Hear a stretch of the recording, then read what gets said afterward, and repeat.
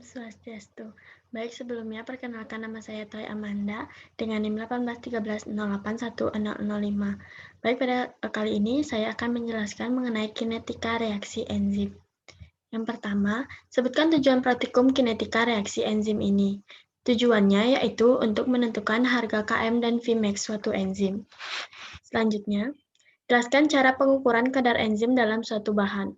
Yang pertama, membandingkan dengan enzim murni. Cara ini dilakukan dengan membandingkan enzim yang ingin diukur kadarnya dengan enzim murni yang sudah diketahui kadarnya. Yang kedua, mengukur kecepatan reaksi yang dikatalisnya. Kadar enzim diukur berdasarkan jumlah substrat yang bereaksi atau produk yang terbentuk per satuan waktu. Satu unit internasional disepakati sebagai jumlah enzim yang diperlukan untuk mengkatalis pembentukan 1 mikromol produk per menit pada kondisi tertentu. Selanjutnya, jelaskan apa yang dimaksud dengan Vmax suatu enzim. Vmax atau kecepatan maksimum adalah kondisi di mana kecepatan tidak dapat bertambah lagi dengan bertambahnya konsentrasi substrat. Selanjutnya, jelaskan apa yang dimaksud dengan Km. Km adalah konstanta Michaelis-Menten dengan satuan molar atau M. Biasanya dirumuskan dengan Km sama dengan K2 plus K3 per 1. Km merupakan ukuran stabilitas kompleks enzim substrat, yaitu kecepatan penguraian kompleks enzim substrat sama dengan kecepatan pembentukan kompleks enzim substrat. Sering Km didefinisikan sebagai tetapan disosiasi reaksi yang dikatalisis oleh enzim. Selanjutnya, apakah manfaat kita mempelajari kinetika reaksi enzim? Manfaatnya yaitu agar dapat menentukan harga Km dan Vmax sehingga dapat menggunakan enzim tersebut dalam suatu industri. Karena apabila suatu enzim ingin digunakan, harus diketahui terlebih dahulu harga Vmax dan Km-nya. Selanjutnya, bagaimana cara menentukan dengan mudah harga Km dan Vmax suatu enzim? Harga Km dan Vmax suatu enzim dapat ditentukan dengan menggunakan grafik hubungan antara 1 per kecepatan dan 1 per konsentrasi substrat atau plot linear Weaver-Burk. Dari kurva tersebut akan dapat ditentukan nilai Vmax dan Km. Selanjutnya, tuliskan secara umum serangkaian tahapan mekanisme enzimatik.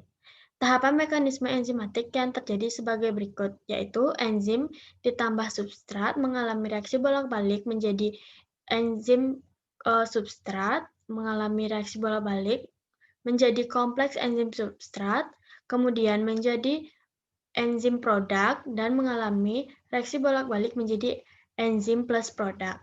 Pertama, substrat melekat pada sisi aktif enzim melalui ikatan non-kovalen membentuk kompleks enzim substrat.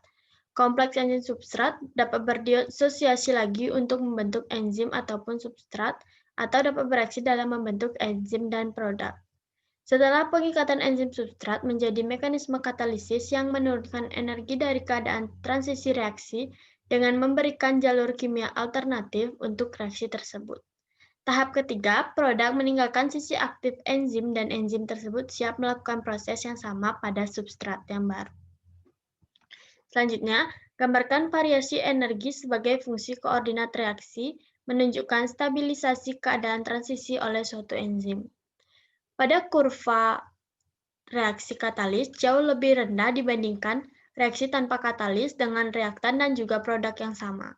Puncak kurva merah pada gambar di samping kanan menunjukkan energi aktivasi reaksi tanpa katalis dan kurva biru menunjukkan kurva aktivasi reaksi dengan katalis.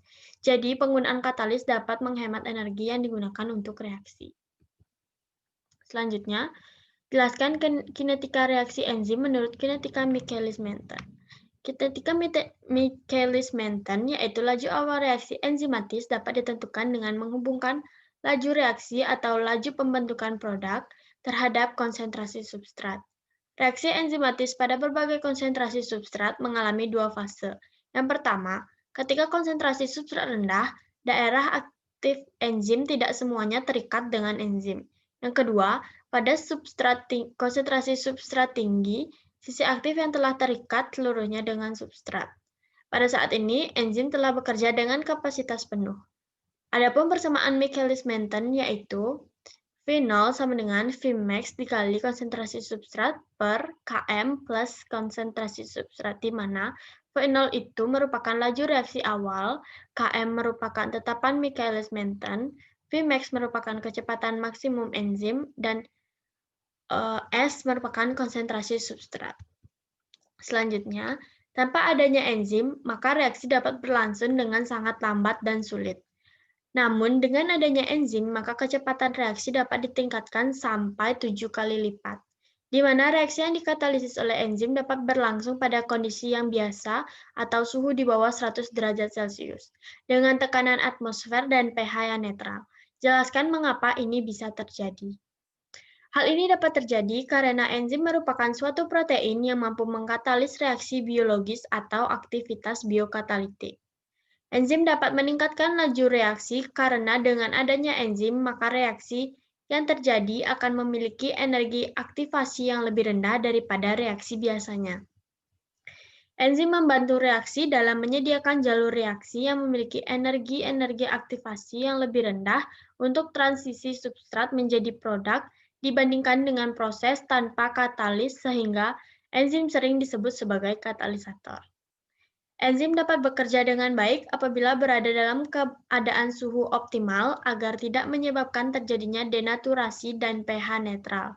Karena enzim dapat berbentuk ion positif, ion negatif, atau ion ganda yang biasa disebut dengan Sweeter ion.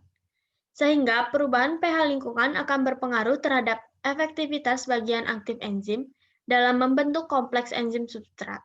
Selain itu, pengaruh pH rendah atau tinggi dapat pula menyebabkan terjadinya kerusakan enzim yang berakibat menurunkan aktivitas enzim.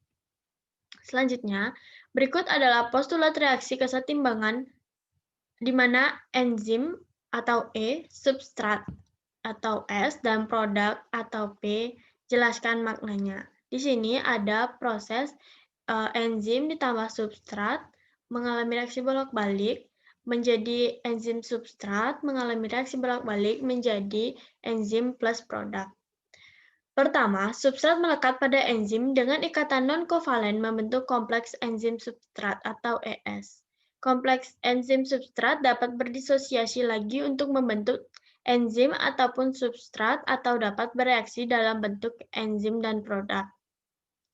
Tahap ketiga, produk ini meninggalkan tahap aktif enzim dan enzim tersebut siap melakukan proses yang sama pada substrat yang baru.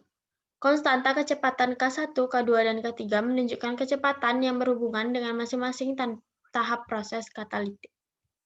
Selanjutnya, jelaskan dan gambarkan hubungan konsentrasi substrat dan V0. Berdasarkan gambar di sebelah kanan dapat dijelaskan pada konsentrasi substrat yang rendah, kenaikan substrat akan meningkatkan kecepatan reaksi enzimatis, hampir secara linear. Jika konsentrasi substrat tinggi, maka peningkatan kecepatan reaksi enzimatis akan semakin menurun sejalan dengan peningkatan jumlah substratnya. Kecepatan maksimum atau Vmax reaksi enzimatis ditunjukkan dengan garis mendatar yang menggambarkan peningkatan kecepatan reaksi yang rendah seiring penambahan konsentrasi substrat. Selanjutnya, apa yang terjadi pada langkah percobaan berikut? Inkubasi 5 ml larutan kasein 1% dalam tabung reaksi selama 5 menit pada 35 derajat Celcius.